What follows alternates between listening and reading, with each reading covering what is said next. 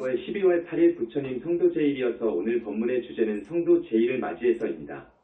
이 주제는 우리가 스포츠계에서 이야기하는 고난도 법문입니다. 부처님의 성도에 대해서 말하려고 하면 부처님에 대해서 잘 알아야 되기 때문입니다. 부처님의 깨달음 곧 우상정각에 대해 정확한 이해가 있어야 됩니다. 부처님에 대해서 잘 안다는 것은 대단한 법 위에 스님 아니면 할 수 없습니다. 여러분 꼭 스님 법문을 객관해서 냉철한 이성으로 들어주시고 판단해 주시길 바랍니다. 오늘 법문은 소위 견성 그리고 아라한의 깨달음에 대해서까지 비교 법문할 것입니다. 다른 종교의 깨달음에 대해선 다루지 않겠습니다. 여러분이나 나나 수많은 과거생의 죄도 짓고 악을 지어서 그러니까 나쁜 일도 하고 또 때로는 착한 일도 해서 언젠가는 지옥에 가서 살기도 했고 또 짐승으로도 살았고 가끔 천인, 하늘 천상에 가서 태어나기도 했고 그렇게 살아온 겁니다. 모든 3계의 붓다님들도 그랬습니다. 때로는 짐승이 되어 살기도 했고 지옥에 가 있었을 때도 있었고 천마가 되어서 마왕이 되어서 살기도 했고 그랬어요. 여러분이나 나나 많은 역정을 겪고 오늘까지 온 것입니다. 그런데 여러분들이 전생에 부처님 성근이 있어서 다행히도 우리 현지사를 만났습니다. 이 현지사라고 하는 데는 어떤 곳이냐 하면 항상 말씀을 드리지만 부처님이 와 계시는 정법교단입니다. 엄청난 이야기입니다. 부처님이 와 계시는 교단 그러면 정법불교 교단인 겁니다. 의심할 여지가 없어요. 그것이 확실하다면 천만생을 가도 만나기 어려운 교단입니다. 그런데 이제 법문을 들어보면 압니다.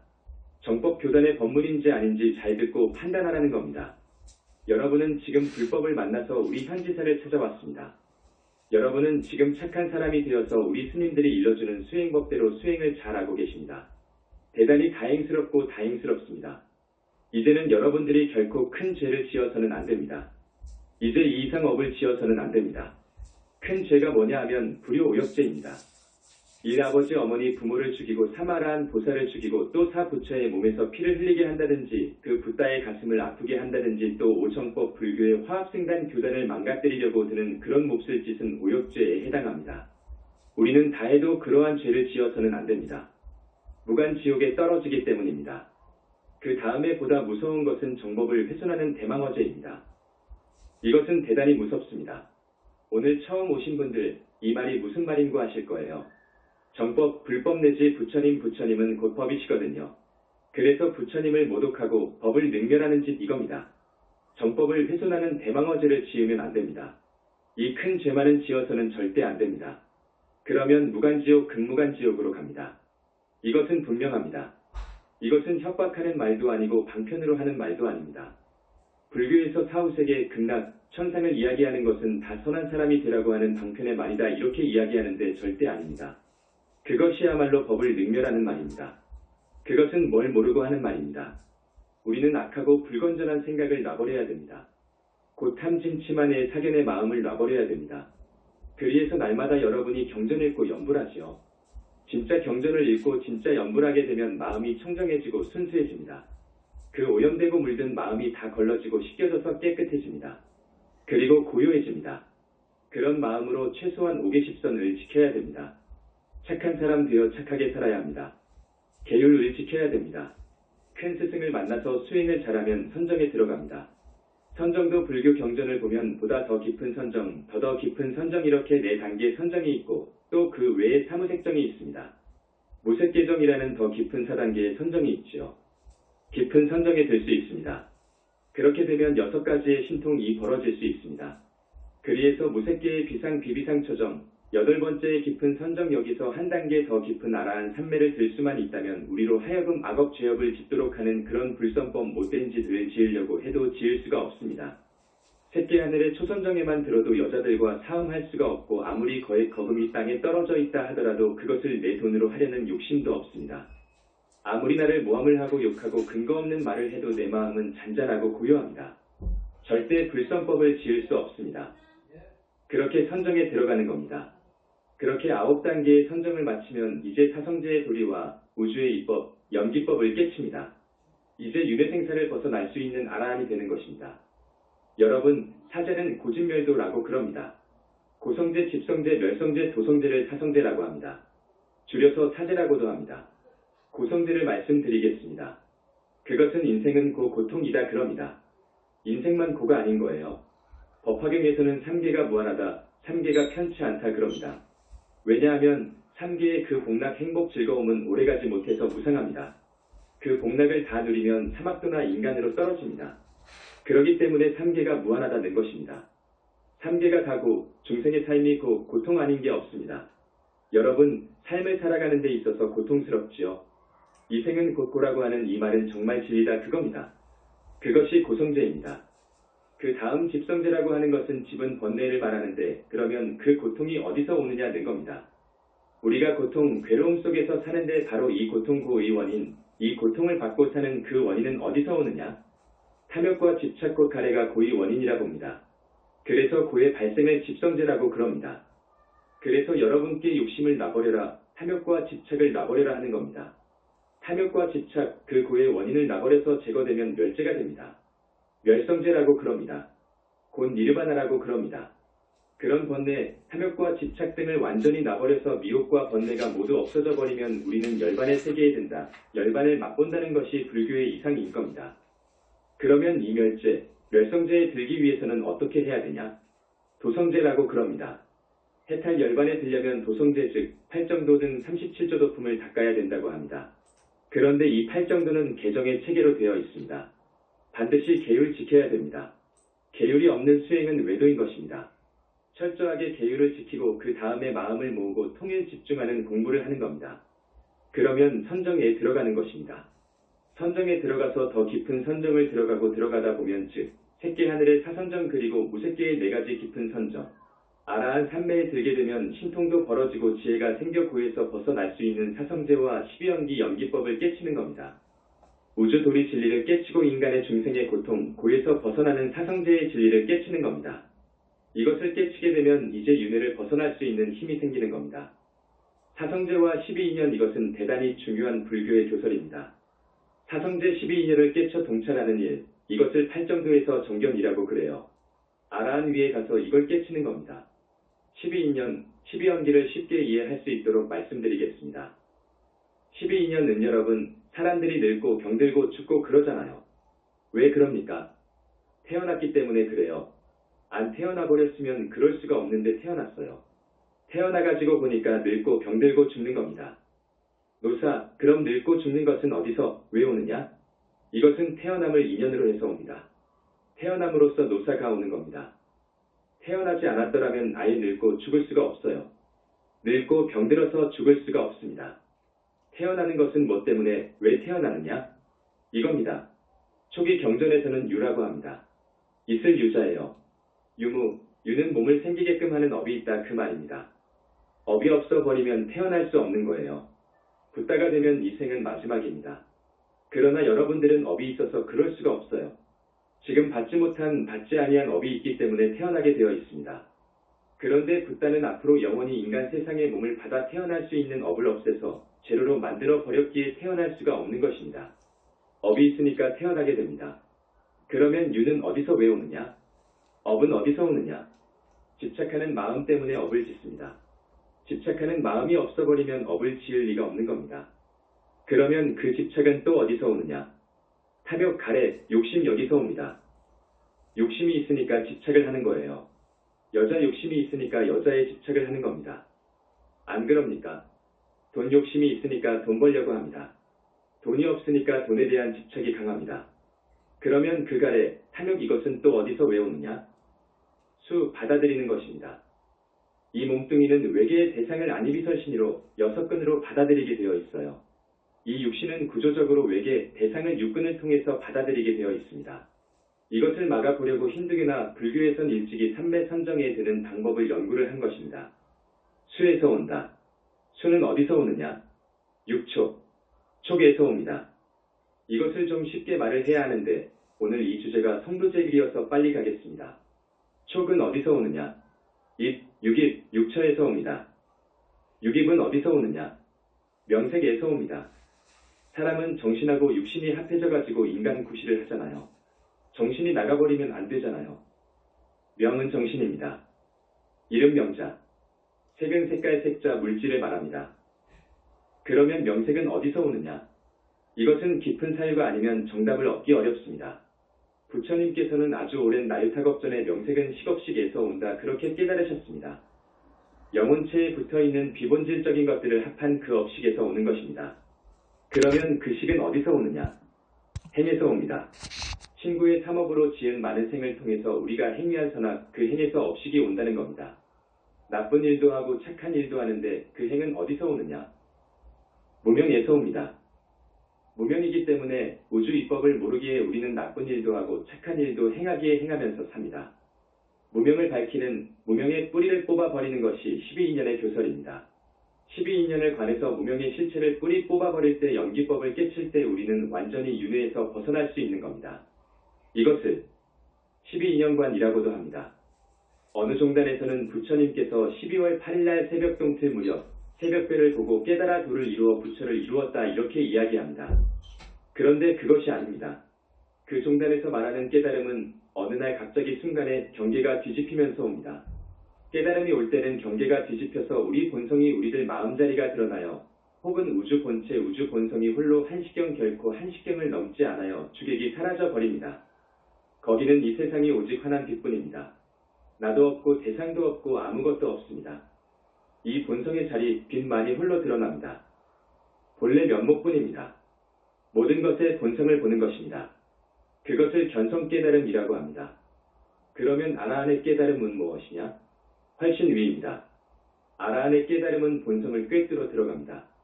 공 속으로 들어가는 겁니다. 참마음 속으로 들어갑니다. 그래서 이제 아라한 정도는 본성을 꿰뚫어 보는 겁니다. 사성제 12인연 연기의 이치를 깨닫는 겁니다. 그럼으로써 깨달은 지혜의 힘으로 윤회의 생사를 벗어나는 것입니다. 이 경지가 아라한의 깨달음입니다.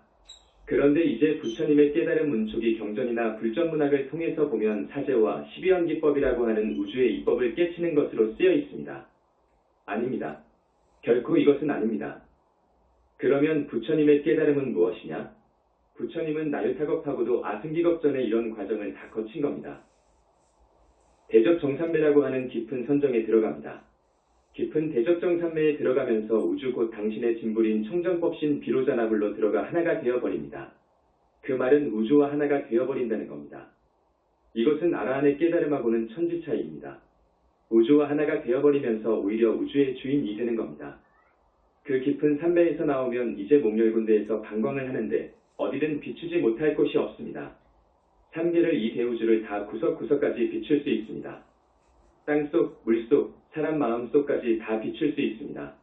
그렇게 되면 하늘에서 이제 꽃비가 내리고 대지는 세계는 장엄합니다. 부처님의 그 깨달음의 장면은 그 희유한 장면이 화엄경 세주명품에 있습니다. 이제 화엄경이라고 하는 경전이 쏟아져 나옵니다. 그것은 부처님의 깨달음의 내용입니다. 부처님의 위대함은 화엄경을 읽어보면 압니다. 그러나 상당한 법 위에 올라가지 않는 한 화엄경을 봐도 무슨 소리가 무슨 소리인지 모르는 겁니다. 도저히 이해가 안 되는 거예요. 화엄경을 볼 정도가 되려면 정말로 교학도 최고 수준이어야 되고 수행도 거의 상품 보살 정도 가야 되는 겁니다. 들어보십시오. 화엄경 말씀입니다. 부처님께서 처음으로 깨달음을 이루셨을 때 대지는 청정해지고 갖가지 보화와 꽃으로 장식되었으며 아름다운 향기가 넘쳐 흘렀다. 또 화화는 부처님 주위를 둘러싸고 있었으며 그 위에 금은유리 수정산호 만호 등의 진귀한 보석들이 뿌려졌다. 그리고 수많은 나무들은 잎과 가지에서 빛을 발하면서 빛나고 있었다. 그때 부처님께서는 과거, 현재, 미래의 진리가 모두 평등함을 깨달았고 그 지혜의 광명은 모든 사람의 몸속까지 비추었으며 미묘한 깨달음의 음성은 세계의 끝까지 들렸다. 그것은 마치 허공을 질러 가듯이 아무런 장애도 받지 않았다. 이 장엄한 부처님의 깨달음은 도저히 생각할 수도 측량할 수 없는 이 광경. 선불교에서 이야기하는 깨달음 수준하고 하늘 땅 차이 아닙니까? 아라한하고도 하늘 땅 차이인 겁니다. 그래서 법화경이나 또 여기 내려오신 부처님께서 말씀하시기를 외도천 욕계의 외도하는 의수장들, 그러니까 여기서 말하기가 좀 그렇습니다마는 알라라든지 또 힌두교의 파탄자리라든지 또 히말라야 산중에서 2000년을 살고 있다는 그리스도 바바지 같은 사람들이 이 사바에 가득하다 치자 그 사람들을 한자리에 모아놓고 부처님의 불신을 미래제가 다하도록 사유하도록 하더라도 부처님의 불신을 결코 알 수 없으리라. 자신만만하게 그렇게 말씀하십니다. 이것이 얼마나 엄청난 이야기입니까? 알아듣겠습니까? 미래제가 다하더라도 그들은 붓다 될 수가 없습니다. 되려면 부처님한테 귀의해서 수행해야 합니다. 그렇지 않고는 미래세가 다 하도록 그들 수백 천만 명이 한자리에 앉아서 사유한다 하더라도 부처님의 산밀, 부처님의 지혜를 절대로 알 수 없으리라 그겁니다. 그런데 이 화엄경이나 법화경을 방편설 소설, 픽션이라고 하니 대단히 슬픈 일입니다. 그런데 그것이 아닙니다. 이것은 대망화입니다. 이렇게 표현한 것도 부족하다고 우리 부처님의 위신력 위상을 힘주어서 이야기한 데가 현지사입니다. 부처님의 그 무상정강 내용을 조금 이야기했는데 부처님은 그만큼 위대하고 희유한 분이시라는 것을 아십시오. 그래서 어느 종단에서 부처님은 새벽별을 보고 깨친 분이다 하고 말하는 것은 부처님도 우주 본성을 깨달으신 분에 불과하니 우리와 똑같다는 말을 하고 싶어서 하는 말입니다. 부처님을 격하하고 자기 종단의 종지 사상을 미화되고 시키면서 부처님의 그 실존 위상 위신력 원력 등 이 모든 것을 깎아내리는 말입니다. 그곳에서는 마음이 부처라고 믿기에 화엄경, 법화경 열애수량품 등을 인정하지 않습니다. 방편설이라고 우깁니다. 다시 분명히 해둡니다. 부처님의 깨달음은 우주와 하나가 된 청정법신 비로자나불이 되어버린 겁니다. 당신이 곧 우주의 주인 나는 것을 깨달은 겁니다. 선종의 깨달음과 얼마나 차이가 납니까? 앞에서 설명드렸듯 선종의 깨달음과 아라한의 깨달음은 또 차이가 납니다. 정법교단인 현지사에서는 본성이 청정무구하고 허공 같은 것을 깨달아서 알았으면 우주의 이법을 좀 알았으면 이제 무르대아라한 보살 뿌따 되는 공부를 해라 그럽니다. 팔정도 법으로 스승을 만나 공부하라. 그렇지 않으면 그것은 외도의 깨달음일 뿐 윤회에서 벗어날 수 없다. 윤회에서 벗어나려면 깊은 선정의 힘이 아니고는 안 된다. 그럽니다. 선의 깨달음은 선정이 오지 않습니다. 선의 깨달음으로는 선정이 될 수 없습니다. 그리고 선의 깨달음은 다겁생으로 내려오면서 지은 죄업장이 소멸될 리가 없습니다. 업장 소멸도 안 되는데 어떻게 해서 윤회에서 벗어납니까? 마땅히 부처님께 철저히 귀의해서 부처님 법대로 수행해야 하는 겁니다. 우리 현지사 신도분들, 스님이 여러분들께 선정에 드는 공부하시오 그러는 것이 아닙니다. 여러분은 지금 부처님을 믿는 정법교단에 오셨습니다. 많은 과거생의 수행도 많이 하고 성근 공덕이 있어서 이 교단을 만난 겁니다. 우리나라 인구 5천만 명 중에 지금 1,500명 정도 오신 여러분들은 정말 선택된 분들이라고 알아야 합니다. 그러므로 여러분들은 착한 사람이 되어서 과거를 참회하고 공부 잘해서 이제 앞으로는 사막도에 안 가야 하지 않습니까? 그러려면 우선 큰 죄란 것이 뭔가를 알아야 합니다. 무엇이 지옥, 무간 극무간 지옥에 갈 죄인가?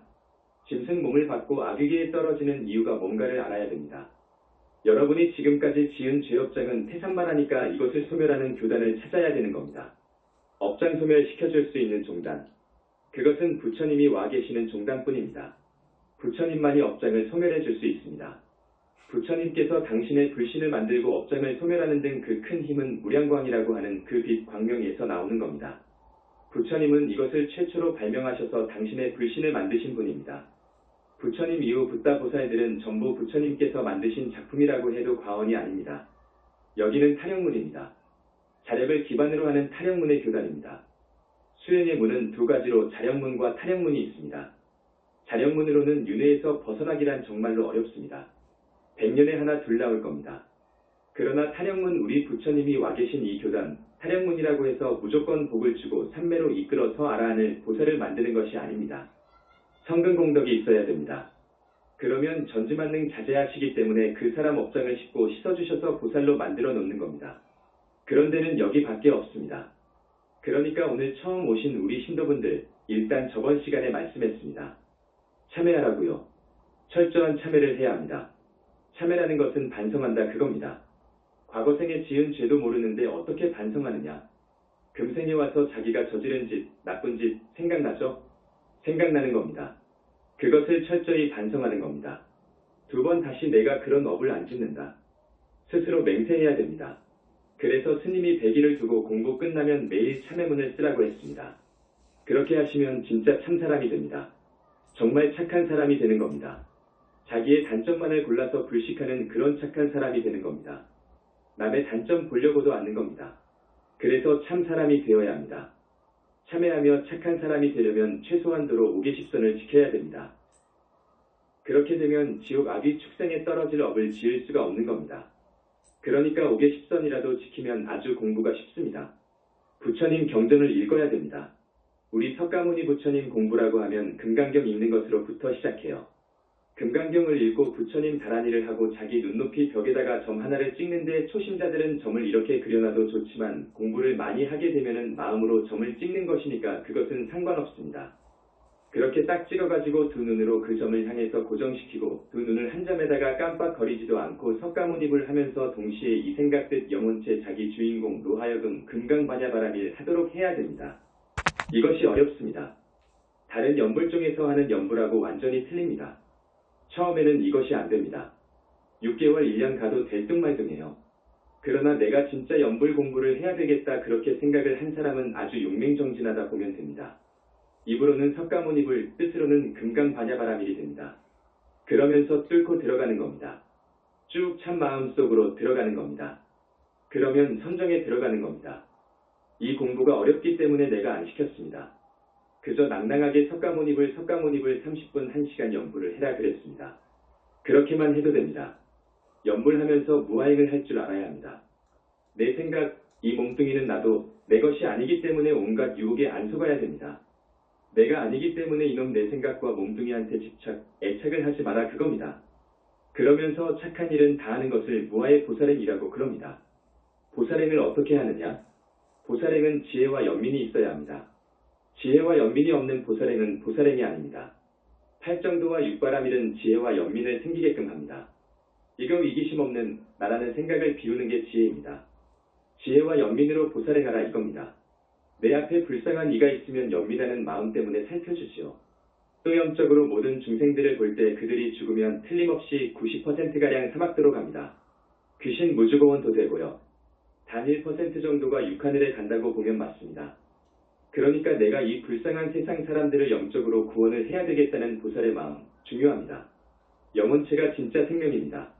그 진짜 생명체를 살려줘야 되겠는데 내가 지금 현재 아는 것도 수행도 얼마 안 돼서 이 덕과 학문이 갖추지 못했다고 생각되시거든 현지사로 데리고 와서 법문을 듣도록 인도해 주십시오. 많이 포교하면 대단한 공덕인 겁니다.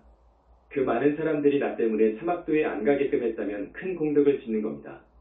그래서 부처님은 그 사람한테 보살인가까지 해주잖아요. 그리고 연불같이 가장 중요한 덕목은 부처님께 지심으로 예배하고 공경하는 마음으로 공양 올리는 것이에요. 우주 자체이신 절대자한테 공경 공양을 하는 것이 굉장히 큰 공덕입니다. 어떤 경우는 10겁, 100겁의 업장을 소멸시켜 주시기 때문입니다. 이 공양 공덕이 그렇듯 대단합니다. 그리고 부탁 말씀이 있는데 여러분 오늘 처음 오신 분들 빚지고 살지 마세요. 공것이라고 마구 먹으면 큰일 납니다. 공것이 없는 겁니다. 세상에는 빚졌으면 갚아야 되는데 갚으려면 고달파요. 그리고 어떤 누구와도 척짓고 살지 마세요. 원수원결 짓지 말라, 원한 사지 말라 그 말입니다. 이것은 대단히 중요한 가르침입니다. 그리고 여러분들이 죽어 명부에 들어가면 열시왕이 반드시 묻는 것이 있습니다. 너는 한평생 중생에게 어떤 이익된 일을 하며 살았느냐? 고 물을 겁니다. 여러분, 저녁 주무시기 전에 가슴에 손을 얹고 생각해보세요. 나는 지금까지 살면서 이 많은 불쌍한 사람들을 위해서 무슨 일을 했는가? 한번 생각해보세요. 대단히 중요한 이야기입니다. 이것이 보살행입니다. 보살행을 했느냐 안 했느냐 그 말입니다. 아까 말씀드렸듯이 보살행을 지혜와 연민으로 하는 겁니다. 지혜와 연민 없이 하면 안 돼요. 나라는 생각 없는 그런 자세로 해야 됩니다. 2년 전부터 법문 녹취한 것을 내가 직접 다듬어서 녹취한 걸 받아보기를 희망한 120여 명의 불자들에게 메일로 보내주고 있습니다. 앞으로 녹취본을 받아보기를 원하는 분들은 성지 스님에게 메일 주소와 전화번호를 알려주십시오. 끝으로 한 말씀 첨가하고자 합니다. 경에서는 삼세열의 일치동이라고 합니다.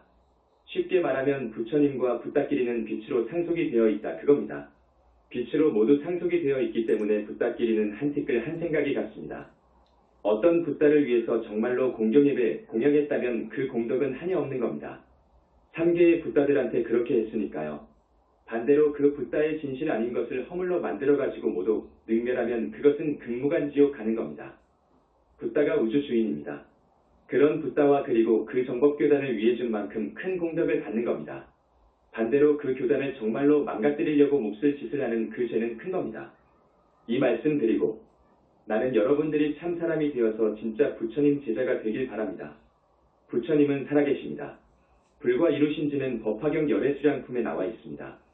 부처님께는 아주 오랜 겁전, 무수겁전, 무량겁전, 나유타 승기겁 전에 불과 이루신 분입니다. 불과를 이루게 되면 우주의 본체를 흡수해서 그 본체와 하나가 되어버립니다. 영원한 불생불멸로 그 본체와 우주와 하나가 되어버리기에 주인이 되는 겁니다. 우리 현지사만이 2600년 만에 부처님 계심을 확실히 아는 종단입니다. 부처님을 분명히 압니다. 우리 교단을 우리 태사부님을 있는 그대로 보십시오. 붓다이십니다. 한마디라도 그 분께 누가 되면 큰일 납니다. 네, 가끔 이야기하지만 우리 교단을 사랑해 주십시오. 아셨죠? 전번에 말씀드렸듯이 이 깨달음이란 것은 알에서 갓 깨어난 병아리, 어머니 뱃속에서 막 태어난 아기 수준입니다. 자기들은 화련대오 했다지만 불보살이 필요하고 어미닭이 필요한 겁니다. 네, 가끔 하도 소중해서 현혹당하지 마시라고 이런 말씀드립니다. 여러분들이 지금 정법을 이렇게 어찌어찌 하다가 맹구목 비유처럼 만났습니다. 스님이 이 법상에 나와서 거짓말을 조금이라도 하겠습니까? 나는 특히 태어난 이후로 욕 거짓말 못했습니다. 더더구나 스님된 이후로는 입으로 짓는 4가지 업을 경계했습니다. 뜻으로 짓는 3가지 업 탐진치, 몸뚱이로 짓는 3가지 업 살생투도 삼. 이것을 십선이라고 하죠. 이것을 지킨 사람입니다. 그리고 부처님께서 겁에 하나 당신 아들을 내려고 하는데 다겁생, 적어도 몇만 겁 전까지를 봅니다. 성적표를 전부 봐가지고 낙점한 겁니다. 이 다음에 이 사람 수기를 줘서 부처를 만드는 겁니다. 아무나 안 주는 겁니다. 이 3천대천 세계의 중생이 얼마나 많은 줄 압니까? 이 지구상에도 70억입니다. 지옥 악귀 축생하는 다른 3계 중생들 이것 헤아릴 수가 없는 겁니다. 그 중에서 겁에 하나 한 사람 낙점하는 겁니다. 그런 사람을 불과 이룬 한 분의 붓다를 마땅히 공경해야 합니다. 우리 부처님은 하나의 붓다를 3계의 중생하고도 안 바꾼다고 그럽니다. 3천대천 세계의 중생하고 불과 이룬 한 분하고 안 바꾼다는 그런 가치를 여러분들은 알아주십시오. 오늘 처음 오신 분 연불합니다. 연불이 정법입니다. 그리고 석가모님을 칭명하는 것은 더더욱 공덕이 되는 정법 중에 정법 공부입니다. 계율 지키고 경전 읽고 연불하는 것이 정법인 것입니다. 부처님 인멸 이후 지금까지 보살 붓다까지 되는 정법 수행법이 없었습니다. 하늘에 가고 성중하늘에 가나고 아라한 보살 붓다가 되는 공부법이 없습니다. BTN, BBS 등에선 전국 불교 신도 분들에게 마땅히 부처님 법문을 듣도록 해줘야 하는데 못하게 하니 슬픈 일입니다. 이것은 큰 문제입니다. 오타각세니까 그럽니다. 인연이 없습니다. 자, 부처님 칭명연불 하겠습니다. 이렇게 한답니다. 나무 영상불멸 학수상존 시아본사 구원실성 석가모니불 천상천하무협을 시방세계 영무비 세간소유와 진견 일체무유협을 자 고화일신 규명종래